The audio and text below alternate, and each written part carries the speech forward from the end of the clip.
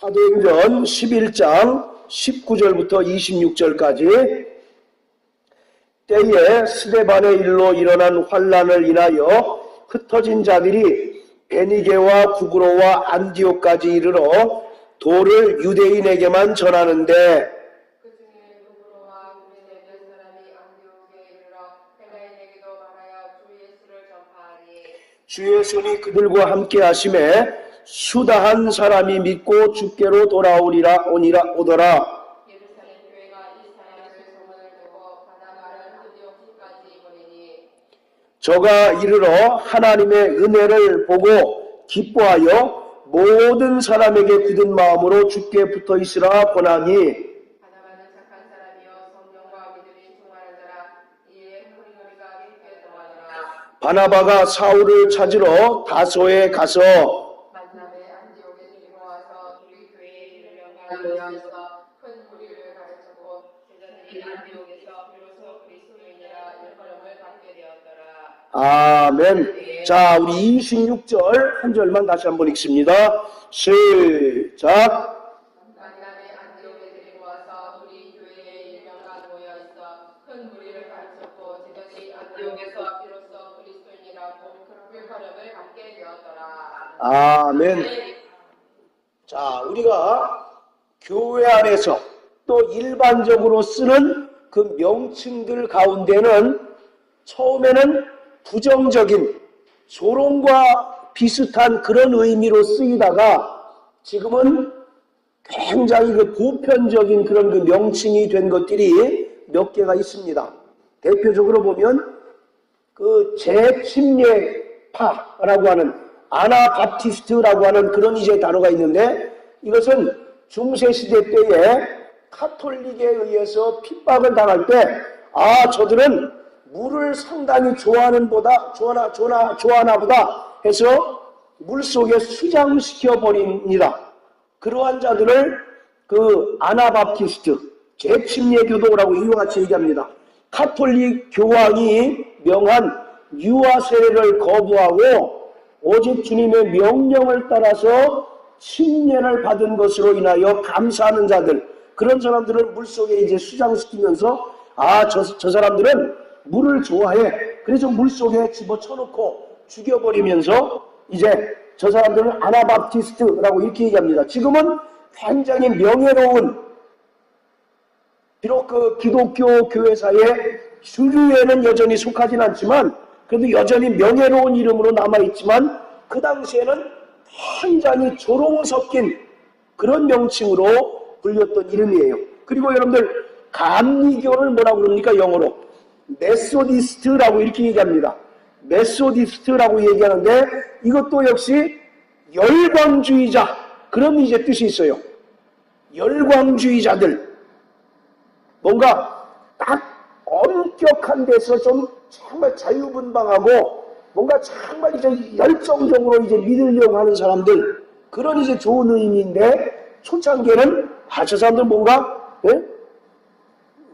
열광하는 사람들이다, 이런 이제 의미로 쓰이기도 했고요. 그리고 또 오순절이라고 하는 말을 영어로 펜타코스탈이라고 이와 같이 얘기하는데 이거는 진짜 환자, 열광주의자, 그런 이제 조롱 섞인 그런 이제 단어로 쓰였습니다. 왜 이런 말씀을 드리느냐면 오늘 26절에 보면 안디옥에서 비로소 그리스도인이라고 일컬음을 받았다라고 이렇게 얘기하는데 우리가 일반적으로 다 예수 믿는 사람들을 지금은 기독교인 또 그리스도인이라고 이렇게 얘기하지 않습니까? 그런데 이 당시만 해도 그리스도인이라고 하는 것은 대단히 비난하고 조롱하고 경멸에 가까운 바로 그러한 호칭이었었다라고 하는 겁니다. 그래서 저 사람 그리스도인이야 그러면 거의 사람 취급을 받지 못할 정도로 그 인지도가 낮았을 뿐만 아니라 굉장히 비아냥거리고 조롱 섞인 그러한 그 호칭이 바로 그리스도인입니다. 여러분들 텔레비전에서 작년인가 재작년에 뭐 나는 가수다 그런 그 프로 있죠. 또 나는 배우다, 그거 보고 뭐 느끼셨습니까? 그 그 사람의 정체성을 얘기하는 것 아니겠습니까? 자, 따라서 나는 그리스도인이다. 예, 지금은 이게 이제 일반적인 그런 그 호칭이 되어서 아, 저 사람 교회 다니는 그리스도인이다 라고 얘기하지만 말씀드린 것처럼 그 당시에는 사람 취급을 받지 못하는 그런 사람으로 취급되는 사람들이 바로 그리스도인이었어요. 그리고 이 안디옥 교회를 담임하고 있었던 그 당시에 이그니 티우스라고 하는 감독, 목사가 있었는데 이 사람이 결국 이제 그 순교를 당했습니다. 로마의 원형 경기장에 끌려서 사자밥으로 던져졌어요. 그래서 나중에는 그 살이 다 뜯겨가지고 뼈만 남을 정도로 다 사자에게 이제 뜯겨 죽었습니다. 그랬는데 이 사람이 그 로마 원형 경기장으로 끌려가면서 뭐라고 얘기하느냐면 나는 그리스도인입니다. 나는 내 마음에 예수 그리스도를 모시고 또 하나님을 믿는 그리스도인입니다. 라고 이와 같이 공언을 했습니다. 그리고 나서 그 로마로 끌려가는 와중에 주변에 있는 많은 사람들이 그를 석방해달라고 막 이제 탄원도 올리고 막 이제 요청을 합니다. 그럴 때마다 그가 담대히 외쳤던 것은 왜 나의 그 순교의 길을 구차하게 합니까? 이것은 하나님께서 내게 허락하신 순교의 길이니 나를 이와 같이 영광스러운 죽음에 이르도록 더 이상 방해하지 마십시오라고 이와 같이 그를 이제 석방시키려는 그런 많은 시도들을 그와 같이 물리치고 결국은 로마 원형 경기장에서 사자에게 물어뜯겨서 이제 그 죽임을 당했다는 그런 그 역사적인 기록이 있어요. 자, 그리고 여러분들 차 중에 산타페라는 차 있죠? 우리 김설자 집사님 동생분 타고 다니는 게 산타페 아닙니까? 그 차가 산타페예요. 자, 그런데 그 산타페가 무슨 뜻인 줄 아세요? 이 산타라고 하는 말은 영어로 세인트 그래서 거룩한 그런 뜻입니다. 그리고 페라고 하는 말은 페이스, 믿음이란 뜻이에요. 그러니까 이 산타페라는 이름은 거룩한 이름이에요. 왜 그 사회사에서 그 이름을 지었는지 모르겠지만 그 산타페라고 하는 것이 사람의 이름에서 따온 겁니다.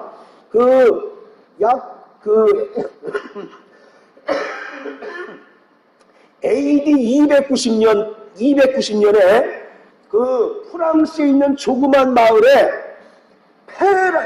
페라고 하는 그 이름을 가진 어린 소녀가 있었어요. 그 소녀가 그 당시에는 그리스도인이라고 한 것만으로도 얼마든지 죽임을 당하는 그런 굉장한 박해의 시대였는데 이 어린 소녀가 나는 그리스도인이다라고 당당하게 이제 공언하고 다니는 거예요. 그러니 이 어린 소녀도 결국 이제 그 예수 믿는다는 것 하나만으로 결국 순교를 당했는데 어떻게 당했느냐면 자기가 이제 그 잠자는 그 침대에 사지가 꽁꽁 묶입니다. 그리고 나서 그 집 전체를, 방 전체를 그냥 불태워버리는 거예요. 그리고 나서 팔다리, 사지를 다 끈으로 묶어서 막 잡아당겨요. 그러니까 불타는 가운데 사지가 다 찢겨서 죽는 그런 이제 그 죽임을 당했습니다. 이 어린 소녀도 역시 죽으면서 나는 그리스도인입니다. 내가 이와 같이 죽는 것은 하나님께서 내게 허락하신 영광스러운 죽음입니다. 라고 이와 같이 담대하게 외치면서 이제 죽었다라고 하는 그런 역사적인 기록이 있습니다. 오늘 이와 같이 이 그리스도인이라고 하는 것은 오늘 우리 믿는 자들의 정체성을 나타내주고 있는 굉장히 중요한 말이에요.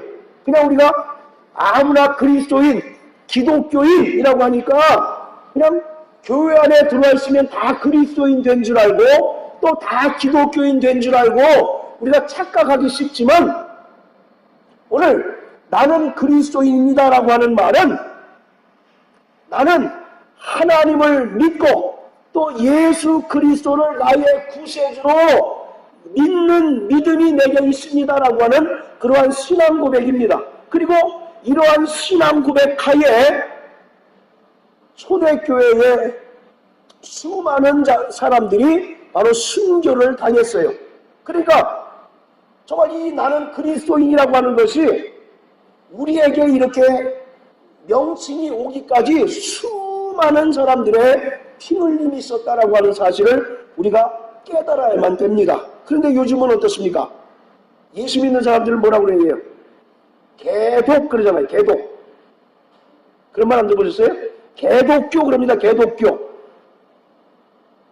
그러니까 하도 교회가 교회답지 못하고 교회가 정말 저들에게 본이 되지 못하고 하나님의 살아계심을 나타내지 못하고, 물론 뭐 기본적으로 세상은 사단에게 속해 있기 때문에 교회를 싫어하기도 하지만 우리가 복음의 본연의 색깔을 나타내지 못하고 복음적인 삶을 살지 못하기 때문에 성경 말씀과 같이 밖에 버려서 사람들에게 질겅질겅 밟히는 그런 수모를 당한다니까요. 그래서 지금 세상 사람들은 교회에 대해서 아주 극단적인 배타감을 갖고 있고 또 심지어 개독이라고 하는 그런 이제 명칭을 씁니다. 그러니까 오늘 저와 여러분들은 이 안디옥 교회 성도들이 피로써 우리에게 정말 물려준 이 그리스도인이라고 하는 거룩한 호칭을 더럽히는 그런 어리석음을 범하고 있는 그러한 사람일 수도 있다라고 하는 사실을 우리가 깨달아야만 되는 겁니다. 자, 따라서 나는 그리스도인이다. 이게 우리에게 정말 믿음의 정체성이 되시길 주의 이름으로 축원합니다. 예. 그래서 말씀드렸던 것처럼 초대교회 순교자들은 다 나는 그리스도인이다라고 하는 이 신앙 고백하에 그들이 때로는 화형을 당하기도 하고 어떤 사람은 가죽 껍데기를 벗깁니다. 아이고 끔찍하죠. 그리고 막 끓는 기름 속에 뭐 튀겨서 죽이기도 하고 뭐 그런 일들이 비일비재해요. 그리고 막 사지를 막 찢어 죽이고 아까 말씀드렸던 것처럼 사자 우리소에 집어넣어가지고 겨우 뼈만 남을 정도로 사자에게 뜯겨 죽는 그런 일들이 비일비재함에도 불구하고 그들이 절대로 신앙을 굽히지 않고 나는 그리스도인이라고 하는 그 정말 믿음의 고백하에 거룩한 죽음을 맞이하게 됐다는 것이죠. 그래서 이 그리스도인이라고 하는 것은 우리가 그냥 흔하게 부르는 이름이 아니라 그냥 우리가 그냥 입에 이제 나오는 대로 그리스도인, 기독교인이라고 하는 것이 아니라 역사적인 분명한 책임감을 우리에게 지우는 그러한 이름이라고 하는 사실을 우리가 깨닫게 되시길 주의 이름으로 축원합니다. 바로 예수님께서 이 땅에 오셔서 십자가 달려 죽으시고 부활 승천하신 후에 성령을 보내주셨습니다. 그리고 성령이 사도행전 2장 1절부터 4절까지 보면 오순절날 성령이 임하고 나서 이 땅에 어떤 일이 생겼느냐면 드디어 주님의 몸된 교회가 생겨나게 된 것이에요. 물론 교회의 근본적인 역사는 예수님의 공생애로부터 시작되었지만 오순절 성령 강림은 교회가 이 땅에 세워지는 것에 강력한 바로 원동력이 된 것입니다. 그래서 오순절 성령 강림을 통하여 이 땅에 비로소 주님의 몸된 교회가 세워지게 되었고 또 성령의 역사하심으로 말미암아 교회가 급속도로 성장하고 또 양적으로도 부흥 발전하게 된 것입니다. 그래서 여러분들 사도행전 2장 또 4장에 보면 베드로가 한번 가서 설교하니까 몇 명이 변화됐습니까? 3,000명이 변화돼서 베드로의 설교를 듣고 아 형제여 그러면 우리가 어찌할꼬 라고 이와 같이 막 회개하잖아요. 그때 너희가 예수 이름으로 회개하고 침례를 받고 죄사함을 받으라. 그리하면 성령을 너희에게 선물로 주시리라 라고 이와 같이 말씀하지 않습니까? 또 4장에 보면 제자들이 나가서 막 복음을 전할 때 무려 5,000명이 일시에 회개하는 그런 역사가 일어났다고요. 여러분들 그 당시에 예루살렘의 그 인구수가 얼마 정도 됐을 거라고 생각하십니까? 약 25만이래요. 25만. 그런데 그 중에 이 사도들의 전도를 통해서 또 예루살렘 교회의 그 복음 전파의 사역을 통해서 바로 전도돼서 예수 믿은 사람이 2만 5천 정도 된대요. 이게 성경에 나온 숫자만 이제 그 합치면 2만 5천이고요. 이제 더 된다라고 이와 같이 주장하는 학자들도 있습니다. 자, 보세요. 25만 중에 2만 5천이 믿었다 그러면 몇 명이에요? 10명 중에 1명꼴로 믿는 겁니다. 여러분들 예루살렘이 어떤 곳입니까? 유대교의 성지 아니겠어요? 유대교의 성지. 그 서슬퍼런 그 유대인의 성지였던 예루살렘에서 무려 10명 중에 1명꼴로 예수 믿었다라고 하는 것은 이것은 엄청난 역사입니다. 그리고 또 열심히 있는 그 성도들이 나가서 전도할 때 더 많은 사람들이 예수 믿고 막 구원받는 역사가 일어났어요. 그런데 사도행전 7장에 가니까 어떤 일이 벌어집니까? 이제 스데반이 어떻게 돼요? 순교를 당하죠. 그리고 또 8장에 가면 유대인들이 예루살렘 교회를 막 핍박을 합니다. 자, 우리 한번 8장 한번 보세요. 자, 사도행전 8장.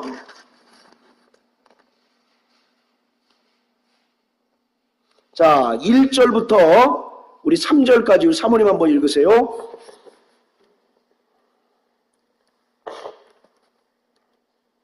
사도행전 8장 1절부터 3절까지. 사울이 그의 죽임을 당함을 마땅히 여기다가 그날 예루살렘에 있는 교회에 큰 핍박이 나서 사도 외에는 다 유대와 사마리아 모든 땅으로 흩어지니라. 경건한 사람들이 스데반을 장사하고 위하여 크게 울더라.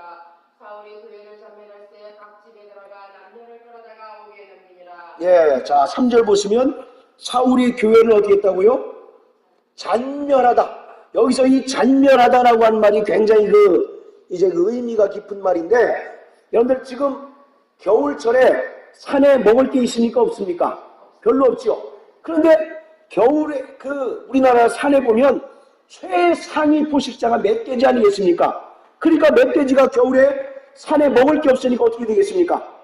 민가에 이제 막 들어오지 않습니까? 그래서 막 밭도 해짓고 또 이제 갖가지 곡식류를 다 막 먹어 치우지 않습니까? 그리고 심지어 사람도 막 이제 물어서, 그래서 작년인가 보니까 저 김천에서는 그 민가에 나타난 그 멧돼지가 사람 엉덩이를 물어 뜯었대요.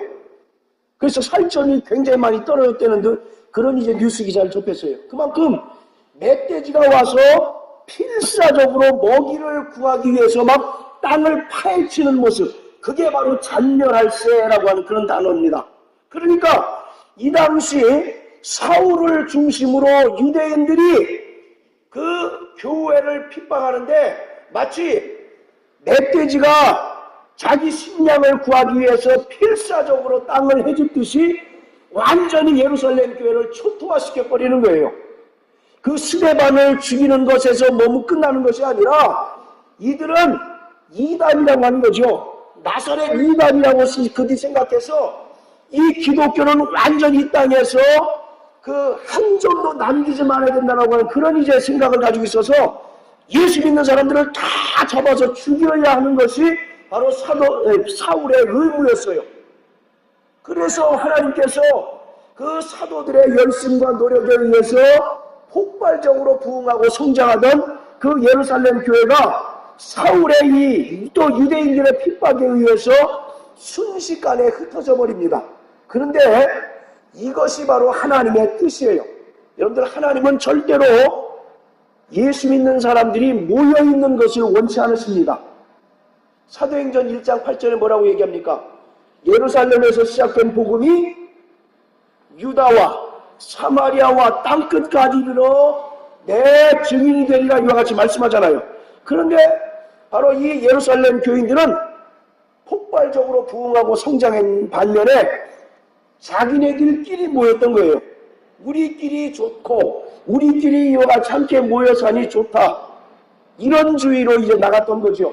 그때 하나님께서 사울을 통해서 또 핍박을 통해서 이 예루살렘 교회를 완전히 흐트러 버린 겁니다.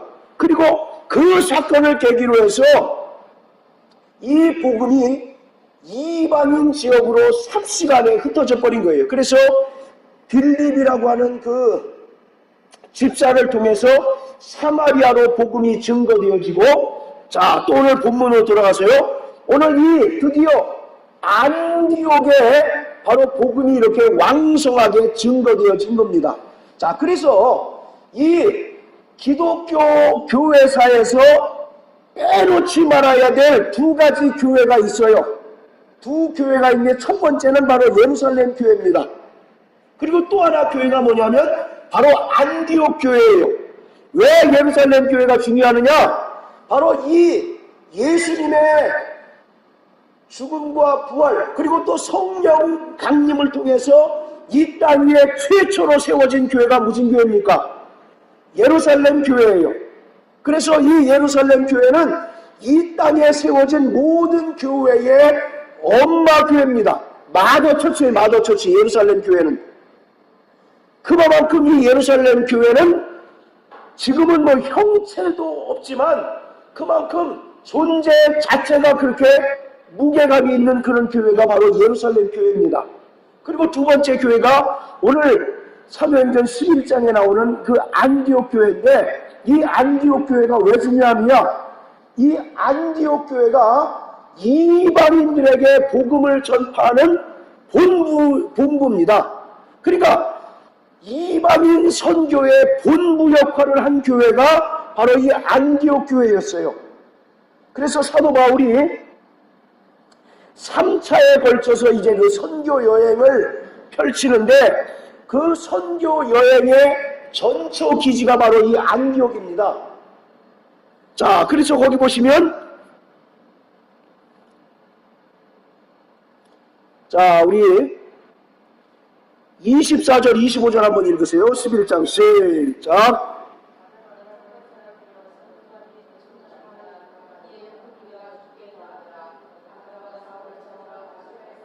예, 바나바가 누굽니까? 바울의 동역자 아니겠어요? 그래서 여기서 바나바와 바울이 역사적으로 이제 만나게 되는 거예요. 그리고 나서 이 두 사람이 같이 이제 그 동역하면서 세 번에 걸쳐서 이제 그 선교 여행을 통해서 이제 이방인 지역에 급속도로 복음이 전파되게 되는 겁니다. 자, 이와 같이 오늘 가장 중요한 교회는 바로 예루살렘 교회였었고, 하나님께서는 예루살렘 교회를 잔인한 방법으로 흩어버리셔요. 그리고 그 다음에 복음이 어디로 전파되냐면 이제 드디어 안디옥으로 전해지고, 그 안디옥을 통해서 온 세계, 그 당시에 유럽 전 지역에 바로 복음이 증거되어지고, 또 유럽으로 전파된 그 복음이 결국은 오늘 저와 여러분들에게 이제 전파되기에 이르렀던 거예요. 그래서 바로 이 안디옥이라고 하는 교회는 이관왕입니다. 첫째는 최초의 이방인 선교를 위해서 세워진 교회가 바로 안디옥이고요. 그리고 두 번째, 오늘 이제 말씀드릴 이제 그 주제가 바로 이 교회에서 최초로 믿는 사람들을 뭐라고 불렀다고요? 그리스도인이라고 불렀다라고 이렇게 얘기하고 있어요. 그래서 이 두 가지가 바로 이 안디옥 교회를 특별한 교회로 만드는 계기가 되는 겁니다. 자, 그렇다면 여러분들, 이 안디옥 교회에서 이제 그리스도인이라고 이제 불렸는데, 그 이전에는 예수 믿는 사람들을 뭐라고 불렀을까요? 이 안디옥 교회에서 비로소 예수 믿는 사람들을 그리스도인이라고 불렀는데, 그 이전엔 뭐라고 불렀겠어요, 그럼? 우리 사모님, 뭐라고 불렀겠어요? 크리스찬. 그리스도인이 크리스찬인데 뭐라고 불렀겠습니까? 나사렛 땅이라고 불렀어요. 나사렛 땅. 나사렛 땅. 여러분들 그 마태복음 26장에 보면 예수님께서 빌라도에게 그 심판을 받을 때 그 여종이 베드로에게 자꾸 이제 지적하지 않습니까? 너 그 말하는 것을 보니까 너도 그와 같은 당이다, 이렇게 얘기하지 않습니까? 그래서 이 그리스도인이라고 하는 명칭으로 불리기 전에는 이 예수 믿는 사람들을 유대교의 한 분파로 봤다는 거죠.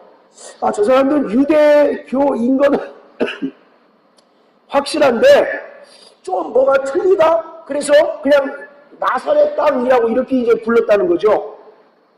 그러다가 드디어 이제는 안디옥 교회에 이르러서 저 사람들은 유대교가 아니고 그리스도인이고 또 저들이 바로 기독교인이다라고 이렇게 이제 주장을 했던 것이죠.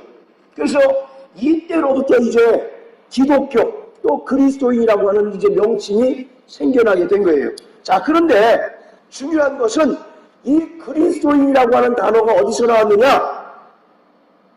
당시에 그 성경을 연구하던 그 학자들은 크레스찬, 하나 적으세요. 크레스찬. 우리 보통 영어로 그리스도인을 뭐라고 얘기합니까? 크리스찬이라고 하잖아요. 자, 이 크리스찬하고 그 당시에 크레스찬이라고 하는 단어가 이제 그 사용됐답니다. 근데 이 크레스찬이라고 하는 단어는 착한 사람, 그런 뜻이에요. 착한 사람. 근데 그 좋은 의미로 착한 사람이 아니라 굉장히 조롱하고 비꼬는 사람, 비꼬는 이름으로 쓰인 명칭이 크레스찬입니다. 크레스찬. 근데 보세요. 그냥 우리가 주의 깊게 듣지 않으면 비슷하게 들리지요. 따라서 크레스찬. 애하고 우리가 크리스찬하고 이 애하고 이 차이 아닙니까? 근데 우리가 얼핏 들으면 비슷하게 들리잖아요.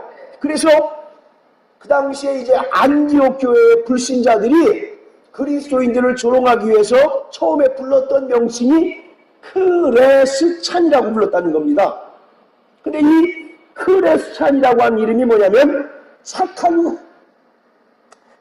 사람이란 뜻인데 이게 굉장히 비꼬는 말이에요. 조롱이 섞인 말입니다. 그러니까 무슨 뜻이냐면 저 사람 크레스찬이야.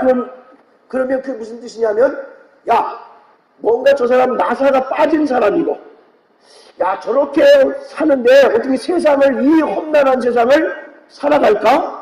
저 바보 아니야? 그 정도로. 여러분들 지나치게 착한 사람들 있지 않습니까? 세상 물정 모르고 그럴 때 우리가 착하다 그러면 그 사람에게 칭찬이겠어요? 욕이겠어요? 욕에 가깝죠. 마찬가지로 그와 같은 의미로 쓰였다는 거죠. 저 사람 크리스찬이래. 그러면 마치 세상 물정 모르고 자기가 정말 어떻게 이제 어려움을 당하는지 모르고 그냥 무작정 착한 사람.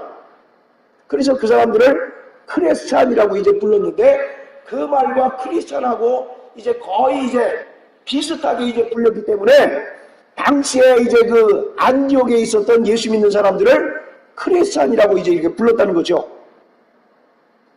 그래서 이 안디옥에 사는 불신자들 입장에서는 이 예수 믿는 사람들이 어리석은 사람들, 그리고 또 사회 부적응자들.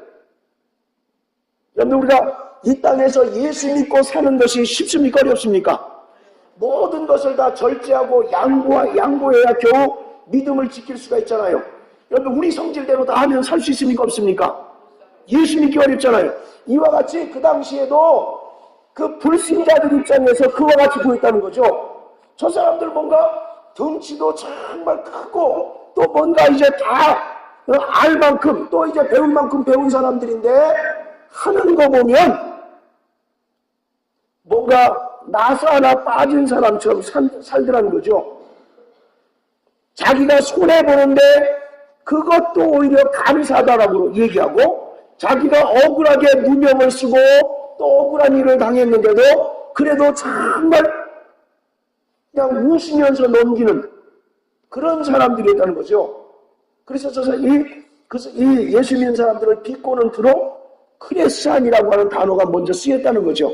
그래서 저 사람들은 뭔가 나사가 빠진 사람들, 지나치게 착한 사람들. 우리나라 말로 이게 적절한 표현이 뭐가 있을까요? 뭐 이제 부처님 뭐 같다 뭐 그런 얘기 하지 않습니까? 가운데 토막목이 그런 얘기 하잖아요. 못 들어보셨습니까? 예. 그만큼 그냥 쓸데없이 착한 사람들. 여러분들은 생각하기에 여러분들 착하십니까? 안 착하십니까? 안 착하죠? 예. 근데 이 안디옥 사람들은 정말 자기가 죽는 길인데도 마다하지 않고 가고, 또 자기가 손해보는 일인데도 가고, 또 자기가 억울한 누명을 쓰는 일인데도 그걸 끝까지 하더라는 거죠. 그러니까 세상 사람들 보기에, 불신자들 보기에 그게 정상적으로 보이겠어요? 안 보이겠어요? 정상적으로 보이지 않는 거예요. 그래서 저 사람 뭔가 착한 것 같은데 어리석고, 또 사회에는 도무지 어울리지 않는 바로 그러한 사람이다라고 이렇게 이제 생각하고 있는 거죠. 원래 이 그리스도인이라고 하는 단어는 헬라어로 크리스티아노스라고 하는 그런 뜻인데, 이것은 예수 그리스도 안에 속한 자, 또 그리스도를 추종하는 자, 그런 뜻입니다. 또 예수를 닮는 자, 그런 뜻이에요. 그래서 아까 그 찬송가 518장 4절에 보면 예수 닮기 원합니다, 그 찬송 있지 않습니까? 그 예수를 닮는 자, 그 뜻이 바로 그리스도인, 그런 뜻입니다. 자, 우리 4절만 한번 불러볼까요? 자, 518장. 예수 닮기 원합니다.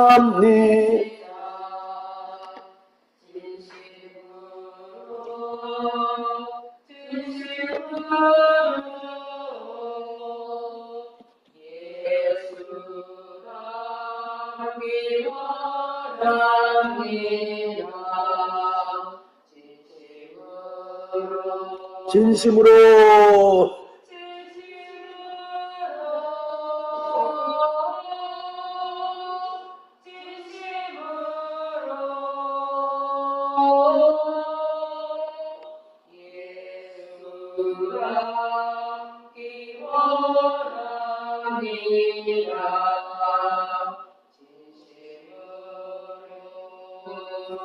할렐루야.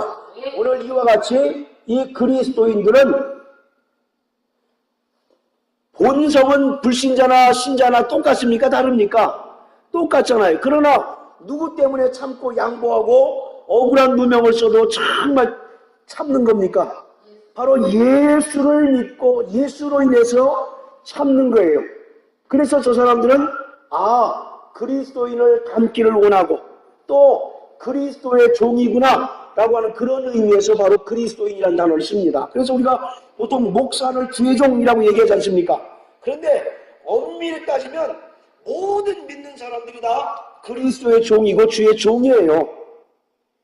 어떤 사람 기도하는 거 보니까 주의 종님을 복 주시고 그러더라고요. 또 어떤 사람은 또 이제 주의 종님이라고 이렇게 기도하는다가 말이 헛나와가지고 주의 종놈을 이렇게 자, 어쨌든 주의 종이라고 하는 것은 목사만 주의 종이 아니라 모든 그리스도 안에 속한 자들, 또 그리스도를 추종하는 자들이 다 바로 예수의 종이고 주의 종입니다. 그러니까 여러분들도 주의 종인 것이에요. 할렐루야. 자, 이와 같이 이 그리스도인이라고 하는 것이 본래는 굉장히 사람 취급을 받지 못하고, 또 정말 이제 경멸이 가득가득 담겼던 그런 조롱 섞인 그러한 단어이지만, 그 안디옥 사람들은 그럼에도 불구하고 정말 그들이 그 예수 믿는 것으로 인하여 기뻐하고 감사하고, 또 더 열심히 바로 복음을 증거하는 바로 그러한 사람이었다라고 하는 것을 성경은 기록하고 있어요. 오늘 이와 같이 우리 성도들의 삶도 바로 그와 같아야 된다는 겁니다. 여러분들 이 땅에서 예수 믿는 사람들을 환영하는 데가 있습니까? 없습니까? 예수 믿는 사람들을 다 조롱합니다. 지금 점점 이제 사회가 더 악화해지고 어찌 보면 말세가 점점 더 가까워지기 때문에 예수 믿는 사람들을 좋아하는 사람들은 단 한 사람도 없을 거라고요. 다 이 안디옥에 살던 불신자들과 같이 예수 믿는 사람들을 다 부정적으로 생각하고 예수 믿는 사람들은 사람 취급 안 하고 또 조롱하고 멸시하는 것이 오늘날의 바로 풍토일 것입니다. 그러나 이러한 상황에서 오늘 우리 그리스도인들이 어떠한 삶을 살아야 될 것인가요? 그것을 오늘 우리는 이 안디옥 성도들을 통해서 배워야 된다는 것이죠. 그럼에도 불구하고 그들은 세상을 향하여 일명 맞짱 뜨지 않습니다. 세상을 향하여 칼을 들고 그들을 대적하지 않습니다.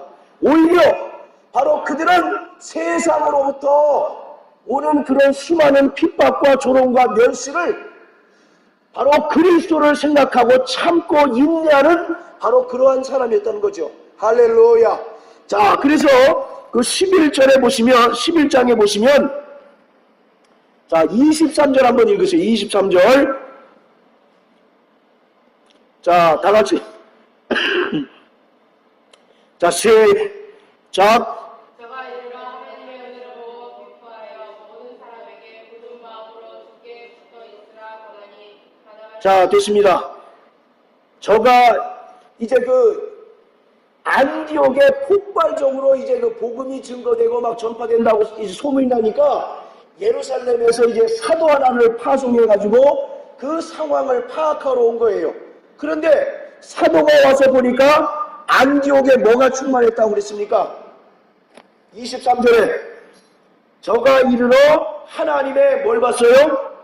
은혜를 보고 기뻐했다라고 이렇게 얘기합니다. 그리고 모든 사람에게 굳은 마음으로 주께 붙어 있으라 권했다라고 이렇게 얘기하고 있어요. 오늘 이와 같이 이 안디옥 교회, 여러분들 당시의 그 안디옥 교회의 상황을 한번 여러분들 연상해 보세요. 이 사람들은 예루살렘에 살다가 핍박 때문에 도망온 사람들입니다. 그러니 그들이 인간적으로 뭐가 기쁘고 또 뭐가 즐겁겠어요. 그러나 하나님께서 그들을 구원하셨고 또 그들에게 하나님의 사랑과 은혜가 부어졌다라고 하는 그 사실만으로 기뻐하고 그 은혜로 말미암아 그들이 더욱더 하나가 되고 똘똘 뭉쳤다라고 하는 사실을 우리는 이제 볼 수가 있는 거죠. 오늘 이와 같이 우리가 이 땅에서 수많은 그리스도인으로 살아가는 동안 수많은 어려움과 핍박과 또 사람들로부터 조롱과 멸시와 천대와 비웃음을 당할지라도 우리가 견딜 수 있는 한 가지 근거는 뭐냐? 은혜밖에 없다라고 하는 사실입니다. 할렐루야. 안디옥 교회도 마찬가지였어요. 얼마나 극심한 핍박이 있었겠습니까? 또 자기가 살던 본토를 떠나서 전혀 생소한 지역에 와서 사는데 뭐가 기뻤겠어요?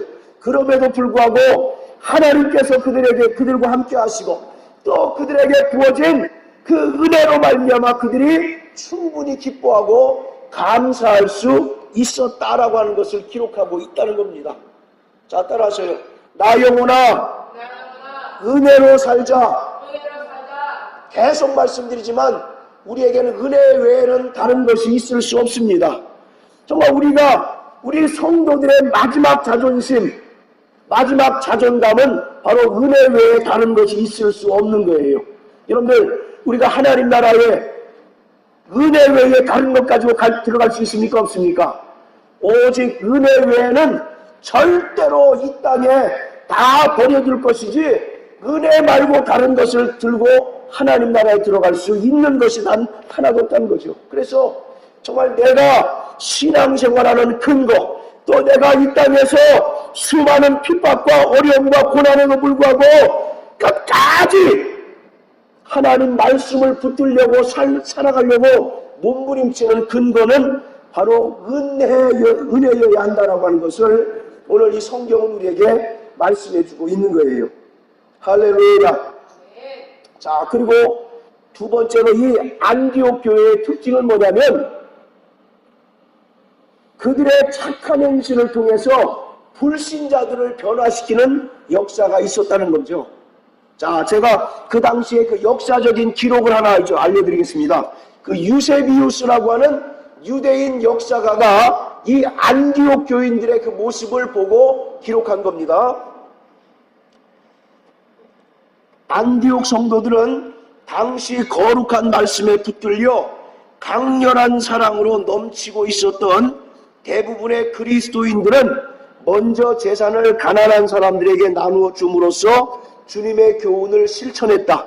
그리고 사형을 받고 길에 버려진 시신도 매장해 주었는데, 로마 제국에서는 사형을 당한 자의 시신을 매장해 주는 것은 큰 범죄 행위였으나 기독교인들은 누구의 시신이든지 다 매장해 줬다는 거죠.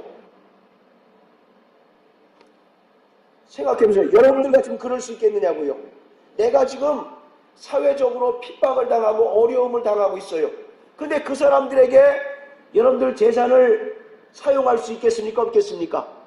그렇죠. 그리고 또 금방도 읽어드렸던 것처럼 당시에 그 사형을 당한 사람의 시신은 그냥 길거리에 버려둔대요. 그럼 개들이나 다른 짐승이 와서 뜯어먹는 것이 이제 일반적인 관례인데, 기독교인들은 그 누구의 시체를 막론하고 다 잘 매장을 해줬답니다. 그리고 그 당시에 굉장히 지진이나 또는 그 전염병들이 많이 돌아서 사람들이 무수히 많이 죽어갔대요. 그런 상황에서도 바로 이 안디옥 교회 교인들은 자기 몸 하나 돌보지 않고 역병에 걸린 사람들을 치료하는데 전념하다가 오히려 그 상대방의 역병은 고쳤는데 그 역병이 자기한테 옮아가지고 그 역병으로 이제 죽어간 사람도 굉장히 많았답니다. 그런 모습을 보고 사람들의 그 조롱과 비웃음에 가득한 시선이 어떻게 됐겠습니까? 변하기 시작했죠. 아, 저 사람은 진짜 그리스도인이다 라고 하는 그런 의미로 바로 그리스도인이라고 하는 명칭이 생겨나게 된 거예요.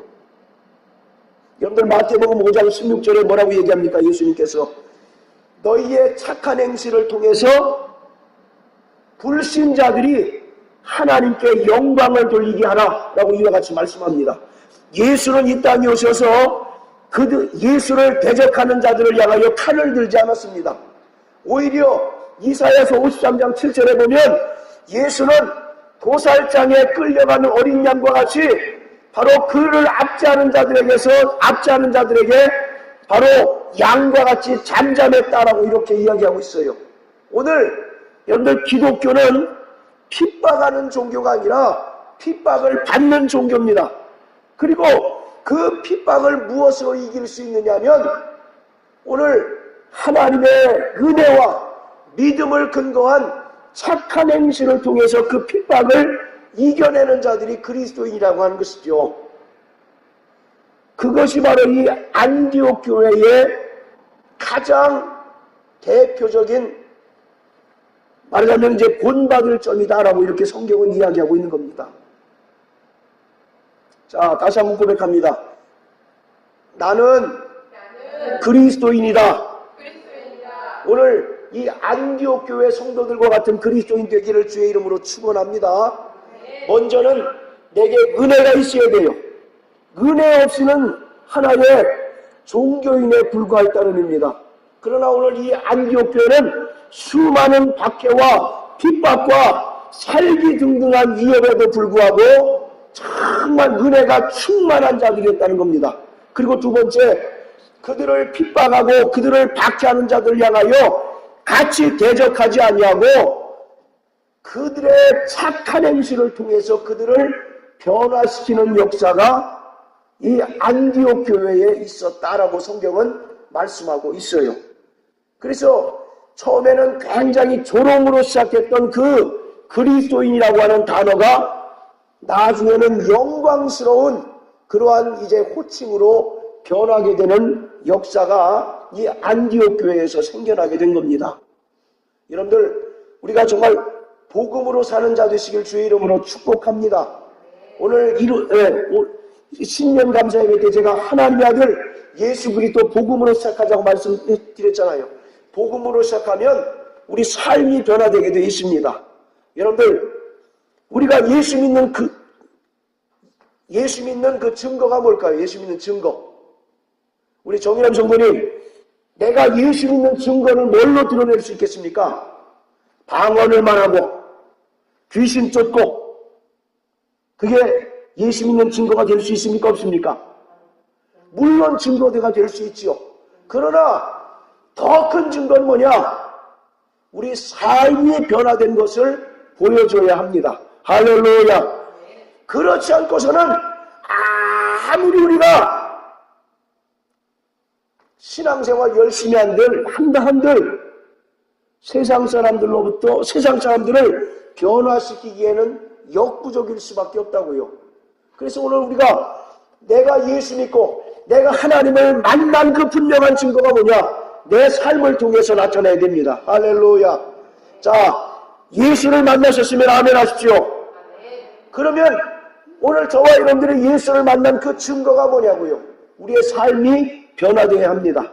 오늘 우리의 언행심사가 변화되어져야 하고, 오늘 우리가 정말 삶이 정말 거룩한 그리스도인의 삶으로 변화되어져야 저 사람이 진짜 그리스도인이구나라고 하는 것을 우리가 비로소 알 수가 있다고요.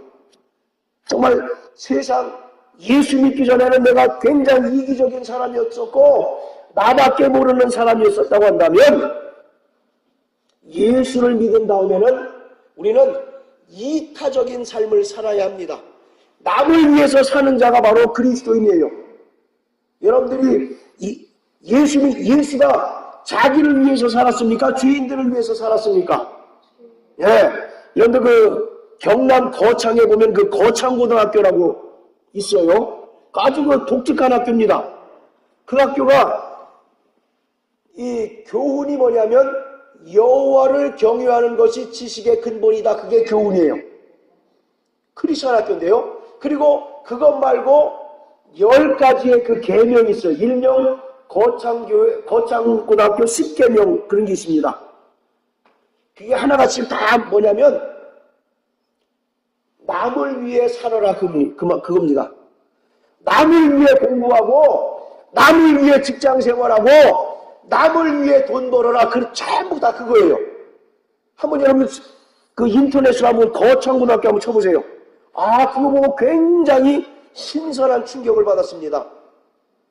이 땅에서 우리가 일반적으로 공부하는 목적이 뭡니까? 내가 좋은 대학 가고 좋은 직장 얻고 또 좋은 가정 이루고 행복하게 사는 것이 일반적으로 공부하는 목적 아니에요. 그러나 그 거창고등학교 보니까 남을 위해 사는 거예요. 전부 다 이타적인 삶. 이것이 바로 그리스도인의 삶인 것입니다. 할렐루야.